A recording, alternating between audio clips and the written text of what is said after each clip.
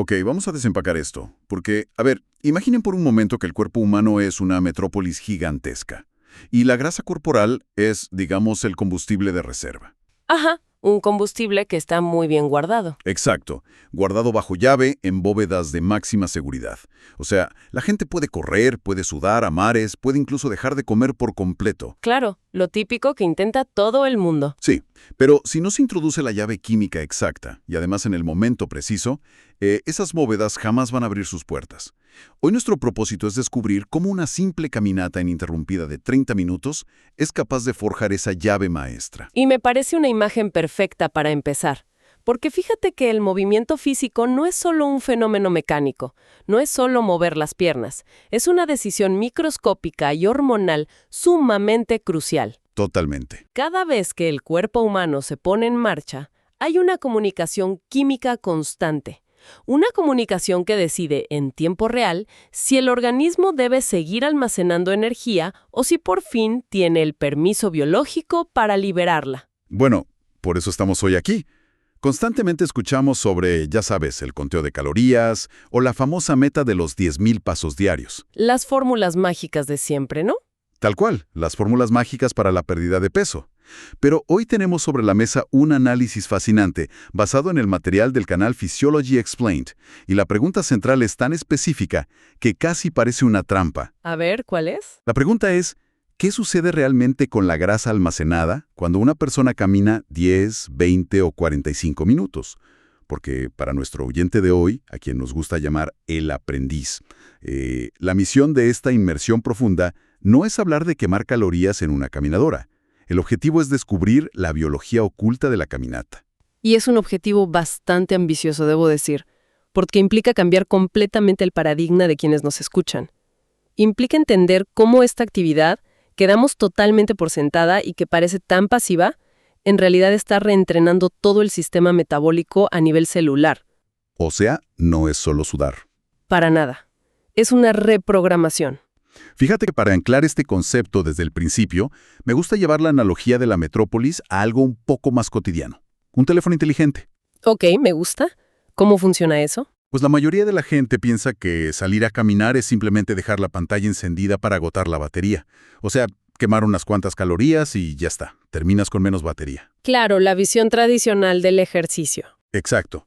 Pero los datos que estamos analizando muestran que llegar a la marca de los 30 minutos no es simplemente gastar batería. Es literalmente instalar una actualización profunda del sistema operativo. ¡Wow! Una actualización de software. Sí, es entrar al modo desarrollador y reescribir el código base sobre cómo el cuerpo prioriza y gestiona el combustible a partir de ese momento. No es solo gastar, es reprogramar. Esa perspectiva del modo desarrollador es biomecánicamente muy precisa, de hecho. Pero, para entender por qué esta actualización es tan poderosa, primero tenemos que identificar cuál es el error en el sistema actual. ¿El famoso bug en el código? Exactamente. Tenemos que hablar del verdadero villano metabólico. Lo fascinante aquí es que, históricamente, en el mundo de la nutrición, el dedo acusador ha señalado a los carbohidratos, o a las grasas saturadas, o simplemente a un exceso de calorías. Sí, siempre hay una dieta nueva culpando algo diferente. Tal cual. Sin embargo, la ciencia celular revela algo distinto. El problema subyacente que mantiene a millones de personas atrapadas en un ciclo interminable de almacenamiento de grasa es la insulina crónicamente elevada, lo que clínicamente se conoce como resistencia a la insulina. Espera un momento, porque aquí tengo que intervenir. Claro, dime. Siempre nos han enseñado que la insulina es absolutamente vital. O sea, entra la comida, los carbohidratos se convierten en glucosa en la sangre y el páncreas libera esta llave llamada insulina para abrir las puertas de las células. Ajá, para que el azúcar pueda entrar y usarse como energía. Exacto. Entonces, si es una hormona esencial de supervivencia, llamarla el villano metabólico suena un poco extremo, ¿no? O sea, ¿por qué nuestro propio cuerpo nos sabotearía de esta manera? Es una excelente pregunta, y es el punto de partida necesario para nuestro aprendiz de hoy. La insulina no es intrínsecamente mala. De hecho, sin ella, el ser humano simplemente no podría sobrevivir. Lo fascinante aquí es el contexto evolutivo. A ver, explícame eso. La biología humana evolucionó durante cientos de miles de años en un entorno donde el movimiento físico era la norma absoluta, no la excepción como ahora. Claro, cazar, recolectar, caminar todo el día. Exacto. La vida diaria de un cazador-recolector implicaba caminar largas distancias, cargar peso, moverse constantemente.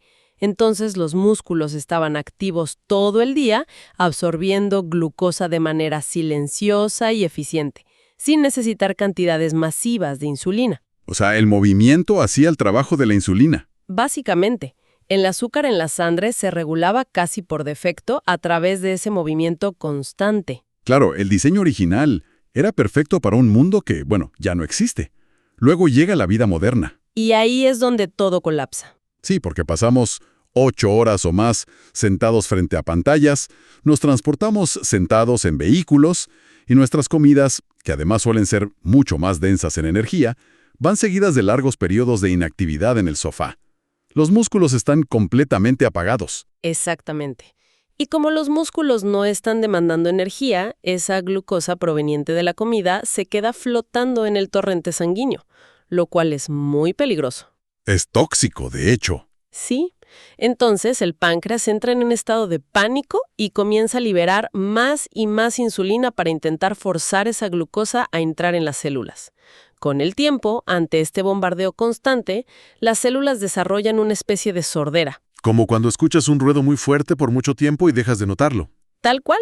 Las células dicen, basta, no entra más, y se vuelven resistentes a esa llave. Se necesita cada vez más hormona para lograr el mismo efecto de limpieza en la sangre. Es un círculo vicioso terrible. Lo es. Pero aquí está el detalle crucial. Esa pieza del rompecabezas que a menudo se ignora en los consejos de salud tradicionales. La insulina tiene un doble papel. No es solo un simple regulador de glucosa, es la señal maestra de almacenamiento de energía en todo el organismo. A ver, entonces hace dos cosas al mismo tiempo. ¿Sí? Cuando la insulina está alta, suprime activamente una enzima fundamental llamada lipasa sensible a hormonas. Esta enzima es la única encargada de descomponer la grasa almacenada para que pueda ser utilizada. Ok, bloquea la quema de grasa. Y simultáneamente activa otra enzima, la lipoproteína lipasa, que fomenta aún más la acumulación de nueva grasa en el tejido adiposo. ¡Wow!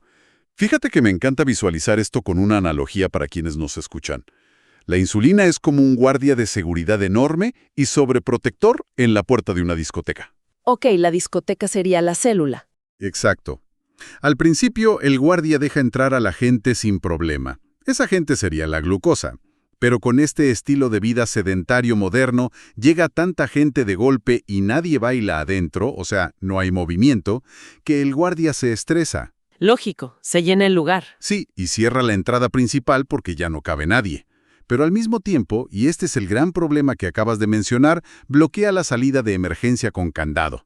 Nadie entra, pero absolutamente nadie sale. Nadie sale. Qué buena analogía. La grasa almacenada queda completamente atrapada en el edificio porque el guardia recibió una orden innegociable desde arriba que dice cierra todo y guarda lo que hay. Es una analogía brillante porque ilustra perfectamente el bloqueo metabólico. Si los niveles de insulina están altos en el torrente sanguíneo, el cuerpo está recibiendo una instrucción biológica ensordecedora de conservar combustible a toda costa. Y por eso hay gente que come súper poco y no baja ni un gramo. Exactamente. Por eso tantas personas reducen drásticamente sus calorías, pasan hambre y se sienten frustradas al no ver cambios. El entorno hormonal sigue gritando, almacena, estamos en crisis. Entonces, si la insulina tiene bloqueada esa salida de emergencia, la gran pregunta es, ¿cómo le decimos al cuerpo que baje esos niveles de manera natural para romper ese candado? Y es precisamente ahí donde la línea de tiempo de una caminata cambia todas las reglas del juego. Porque si la insulina tiene bloqueada la salida, ¿cuánto tiempo hay que caminar para romper ese bloqueo? Los datos del análisis dividen este proceso en fases sumamente marcadas. Sí, la línea de tiempo lo es todo. Empecemos por lo básico. ¿Qué está pasando allá adentro si una persona solo sale a caminar 10 minutos para ir a la tienda o pasear al perro? Bueno, en esos primeros 10 minutos, los músculos empiezan a contraerse de manera rítmica y necesitan energía rápida. Lo que hacen es tomar la glucosa que ya está flotando fácilmente en el torrente sanguíneo. Ok, recogen lo que está suelto. Exacto. Como resultado directo, hay una caída modesta, pero muy útil en los niveles de azúcar en la sangre. Y por ende, la insulina puede disminuir ligeramente.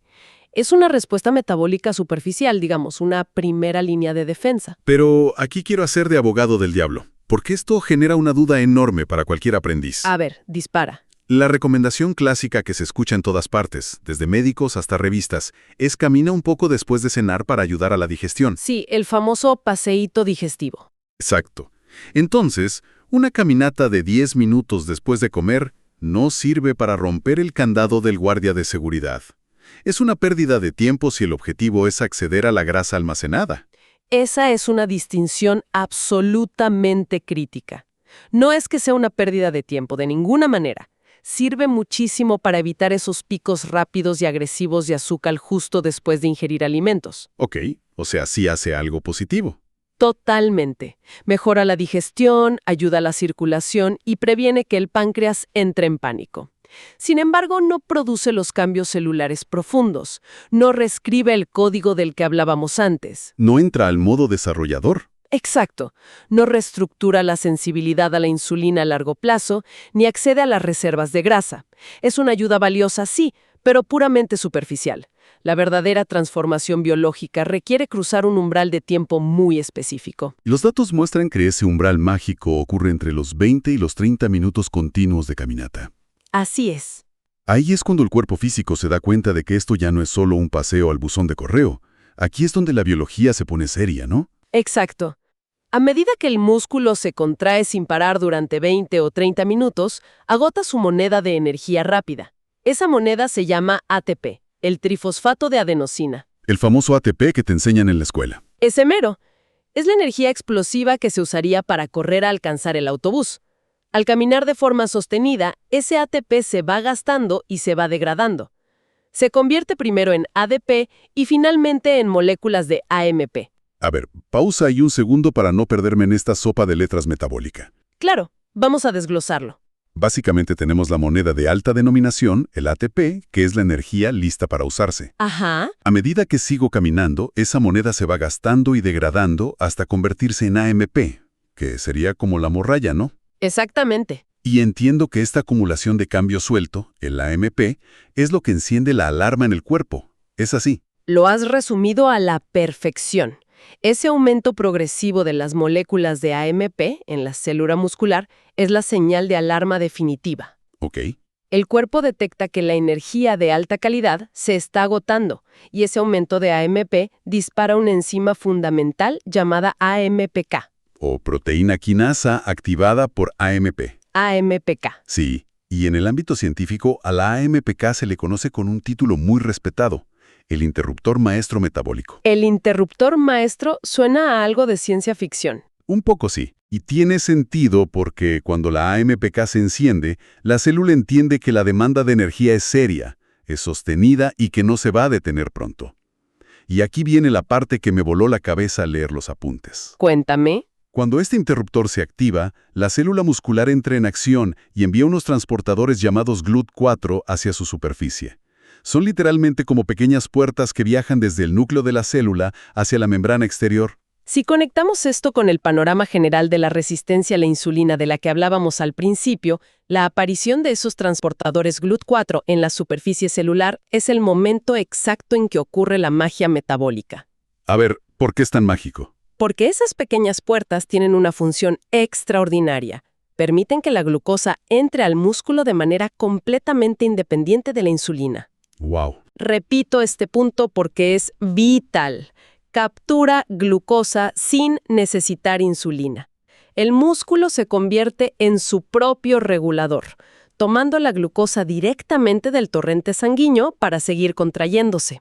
Está eludiendo al guardia de seguridad de la discoteca por completo. Literalmente se lo salta. Y el músculo abre sus propias puertas laterales secretas. Y la reacción en cadena es fascinante, porque como la glucosa está desapareciendo rápidamente de la sangre gracias a estas puertas GLUT4, el páncreas, que estaba en estado de pánico, finalmente se relaja. Claro, ya no hay emergencia en la sangre. Dice algo así como, ya no necesito enviar tanta insulina. El músculo se está encargando del problema por su cuenta. Así que los niveles de insulina en la sangre por fin caen de verdad. Exacto. Y volviendo a nuestro guardia en la discoteca, al ver que la entrada principal ya no está saturada, por fin se relaja, suelta el candado y se aleja de la salida de emergencia. Y ahí es donde ocurre lo que todos buscan. Las células grasas finalmente reciben la señal química de que es seguro abrir las bóvedas y liberar su energía almacenada. Es una cascada de eventos hermosa. O sea, el tejido muscular, cuando se mantiene en movimiento sostenido por 30 minutos, deja de ser solo un tejido motor y se convierte en una gigantesca esponja metabólica. Qué buena forma de decirlo. No solo está consumiendo calorías, está alterando activamente el mensaje hormonal en todo el cuerpo. Cambia el estado del organismo de un modo de almacenamiento y conservación a un modo de flexibilidad y uso continuo de energía. Pero aquí es donde surge una paradoja gigantesca para cualquier persona que nos escuche y quiera poner esto en práctica. Ajá, a ver. Si cruzar esta marca de los 30 minutos es este interruptor maestro tan increíble, si enciende puertas secretas y quema grasa de manera tan natural, ¿por qué duele tanto al principio? Sí, esa es la gran pregunta. Para alguien que ha sido sedentario durante años o incluso meses, esos primeros días de salir a caminar 30 o 40 minutos seguidos se sienten pésimo. Totalmente. Las piernas se sienten como plomo, la respiración es errática, pesada, y a veces la persona regresa a casa con un hambre voraz. Exacto. Entonces, si el cuerpo está haciendo algo tan evolutivamente correcto, ¿por qué protesta con tanta intensidad al inicio? Fíjate que esa es una observación fundamental para cualquiera que esté intentando crear el hábito. Aquí es donde se pone realmente interesante. Esa incomodidad inicial no es un fallo del cuerpo. No, para nada. Pierden su capacidad de procesamiento. Las mitocondrias dentro de esas células musculares, que son literalmente las fábricas microscópicas que producen la energía, se mueren o reducen su función al nivel más básico de supervivencia. Claro, no las estabas usando. Exacto. No están preparadas en absoluto para sostener una demanda continua de 30 minutos. Es como intentar cambiar el motor de un auto de 4 cilindros a uno de 8 cilindros. Hoy sí. Pero intentar hacerlo mientras el auto va conduciendo a toda velocidad por la autopista. Exactamente. Obviamente, el auto va a temblar violentamente, va a hacer ruidos alarmantes y se va a sentir completamente inestable. El cuerpo está intentando reconstruir su maquinaria pesada sobre la marcha. Esa analogía captura el estrés fisiológico del momento a la perfección. Durante esas primeras semanas de caminatas continuas, el cuerpo está bajo estrés constructivo. Estrés constructivo. Me gusta el término. Sí, porque para poder sostener este nuevo hábito, el cuerpo se ve obligado a crear nuevos capilares, ramificando pequeñas venas para mejorar el flujo sanguíneo y llevar más oxígeno al músculo. Ajá. Y lo más crucial de todo, el estrés físico de la caminata le envía un mensaje de pánico al núcleo de la célula, indicándole que las fábricas actuales no dan abasto. Esto inicia un proceso llamado biogénesis mitocondrial. O sea, crear nuevas mitocondrias. Tal cual. El núcleo empieza a imprimir planos para construir nuevas mitocondrias desde cero, dentro del tejido muscular. Construyendo nuevas fábricas de energía en tiempo real. O sea, con razón da tanta hambre, tanto cansancio y esa sensación de pesadez al inicio. El cuerpo está desviando muchísima energía y recursos para crear esta nueva infraestructura. Es un trabajo de construcción interno masivo. Y pesado. Sí, pero la recompensa al final de este periodo de adaptación incómodo, una vez que el motor V8 está instalado, es lo que la literatura científica llama flexibilidad metabólica. La famosa flexibilidad metabólica, que es básicamente el santo grial de la salud celular. Es la capacidad impecable del cuerpo para usar glucosa de manera eficiente justo después de comer y luego, sin esfuerzo, sin crisis y sin alarmas, cambiar suavemente a quemar grasa almacenada cuando pasan las horas y disminuye la demanda de glucosa. Como un auto híbrido que cambia de eléctrico a gasolina sin que el conductor se dé cuenta. Exacto. Un cuerpo inflexible, metabólicamente, se queda atascado esperando azúcar externa. Y si no la recibe, entra en pánico total. Un cuerpo flexible, con sus nuevas mitocondrias operando al 100%, hace esta transición de un combustible a otro de manera completamente invisible. Y fíjate que esto nos lleva a un impacto que, francamente, va mucho más allá de perder tallas de pantalón, o de mejorar la composición corporal, o de tener buenos análisis de sangre. ¿A qué te refieres? Hablemos del impacto psicológico y la estabilidad emocional durante el día. porque una vez que esa maquinaria mitocondrial está reconstruida y el metabolismo es verdaderamente flexible, gracias a esta caminata constante, la forma en que una persona experimenta su propia vida y su propio estado de ánimo cambia de forma radical. Es una transformación sistémica que altera la calidad de vida por completo. Al tener los transportadores GLUT4 funcionando regularmente y la insulina bajo control, los niveles de azúcar en la sangre se vuelven estables como una línea recta. Se acaban las montañas rusas. Exacto.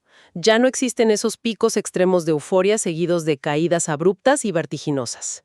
Y esto es vital de entender. Cuando el azúcar en la sangre cae de golpe después de un pico de insulina, el organismo no lo interpreta como, oh, tengo un poco de hambre. No, para nada. El cerebro primitivo lo interpreta como una crisis absoluta de supervivencia. Una emergencia de vida o muerte. El cerebro cree literalmente que nos vamos a quedar sin energía en medio de la nada y vamos a morir. Correcto. Y para contrarrestar esa supuesta amenaza de muerte, el cuerpo recurre a su arsenal de emergencia. Libera grandes cantidades de hormonas de estrés. Cortisol y adrenalina, me imagino. Específicamente esas dos. Estas hormonas son las que obligan al hígado a liberar glucosa de emergencia, pero tienen efectos secundarios devastadores en el estado de ánimo. Claro, porque te ponen en modo de pelea o huida. Causan esa irritabilidad extrema, esa fatiga aplastante a media tarde, la famosa y temida niebla mental y esos antojos urgentes casi desesperados por comer algo dulce de inmediato. El bajón de las 4 de la tarde. Es el héroe. Millones de personas viven toda su vida adulta en esta montaña rusa de estrés hormonal, creyendo erróneamente que es simplemente su personalidad o una eterna falta de sueño, cuando en realidad es inestabilidad metabólica pura. ¡Wow! ¡Qué revelación tan profunda para quien nos escucha! Imagina vivir toda la vida pensando que simplemente tienes muy mal carácter a las 4 de la tarde. O castigándote mentalmente por creer que no tienes disciplina porque no puedes evitar devorar la caja de donas en la oficina. Y resulta que es biología pura. Exacto. Resulta que es tu propia biología inundándote de adrenalina porque la insulina hizo colapsar tu azúcar en sangre. Y aquí es donde las fuentes que analizamos mencionan una epifanía emocional increíble en las personas que logran esta adaptación. Que se dan cuenta. De repente se dan cuenta de que su metabolismo nunca estuvo roto. El cuerpo no los odiaba ni intentaba sabotearlos secretamente. Simplemente estaba ejecutando órdenes a la perfección. Claro. La inactividad es la señal evolutiva de preparación para la hambruna y el almacenamiento. El cuerpo solo obedecía esa señal y cerraba las bóvedas. Es un cambio de paradigma profundo que libera de mucha culpa a las personas. Implica dejar de ver al metabolismo como un enemigo al que hay que domar o vencer con dietas extremas de restricción calórica que solo generan más estrés. Totalmente. Y empezar a verlo como un sistema altamente inteligente y receptivo que simplemente necesita recibir las instrucciones químicas correctas. Y la biología humana ha dejado muy claro a través de la evolución cómo rastrea esas instrucciones. Rastrea patrones repetitivos. No busca eventos heroicos aislados. O sea, la consistencia vence a la intensidad. Siempre. Absolutamente. Y esto plantea una pregunta sumamente importante sobre cómo valoramos el ejercicio en la sociedad moderna. A ver, explícame eso. Tendemos a glorificar los entrenamientos extremos. Aplaudimos a quien se agota en el gimnasio o corre un maratón durante el fin de semana, pero que luego pasa sentado en una silla de oficina las siguientes 48 horas. Claro, el guerrero de fin de semana. Exacto. Sin embargo, a nivel hormonal, caminar 30 minutos todos los días, de manera ininterrumpida, le enseña al cuerpo un patrón constante. Le recuerda incesantemente a las células musculares que deben mantener sus puertas abiertas y mantenerse sensibles a la insulina. Es un diálogo constante. Es un diálogo diario, suave y constante con la biología. Un diálogo que la modernidad eliminó al poner motores en todo, pero que nuestros genes todavía están esperando escuchar. Entonces, ¿qué significa todo esto? Si juntamos todas las piezas de este intrincado rompecabezas celular para nuestra audiencia, significa que recuperar la salud no se trata de luchar contra el diseño humano. Se trata de usar esa increíble maquinaria a nuestro favor. Tal cual. O sea, una caminata de 10 minutos después de comer es fantástica. Ayuda a bajar un poco el azúcar circulante, alivia la digestión y es un primer paso excelente. Sí, inicia la conversación metabólica. Pero cruzar la barrera de los 30 o 40 minutos continuos no es solo hacer más de lo mismo. Es acceder a una ruta bioquímica completamente diferente en el cuerpo. Es otro nivel. Es agotar esa moneda de energía rápida, despertar al interruptor maestro AMPK, obligar a la célula a construir nuevas fábricas de energía, enviar esas puertas secretas GLUT4 a la superficie, apagar por fin la alarma de pánico de la insulina y finalmente darle permiso al guardia de seguridad para que abra las bóvedas de grasa almacenada y sea utilizada como la energía vital que siempre estuvo destinada a ser. Es el recordatorio definitivo de que la biología humana es extremadamente adaptable, plástica y resiliente. Muy resiliente. Recuperar el control del entorno hormonal, deshacer la resistencia a la insulina y recuperar esa anhelada flexibilidad metabólica no requiere sufrir, pasar hambre o llevar el cuerpo físico al límite del agotamiento total. Para nada. Lo único que requiere es darle al sistema operativo celular las señales evolutivas correctas, día tras día, y el movimiento suave, sostenido y constante, como el simple acto de caminar, es la señal de seguridad más antigua y clara que existe en nuestro ADN. Volvemos al punto de partida, la actualización del sistema. No estamos agotando la batería al caminar, estamos reescribiendo el código de cómo el cuerpo entiende el mundo. Y fíjate que analizar todo este mecanismo invisible me deja con un pensamiento bastante provocativo para cerrar este análisis profundo.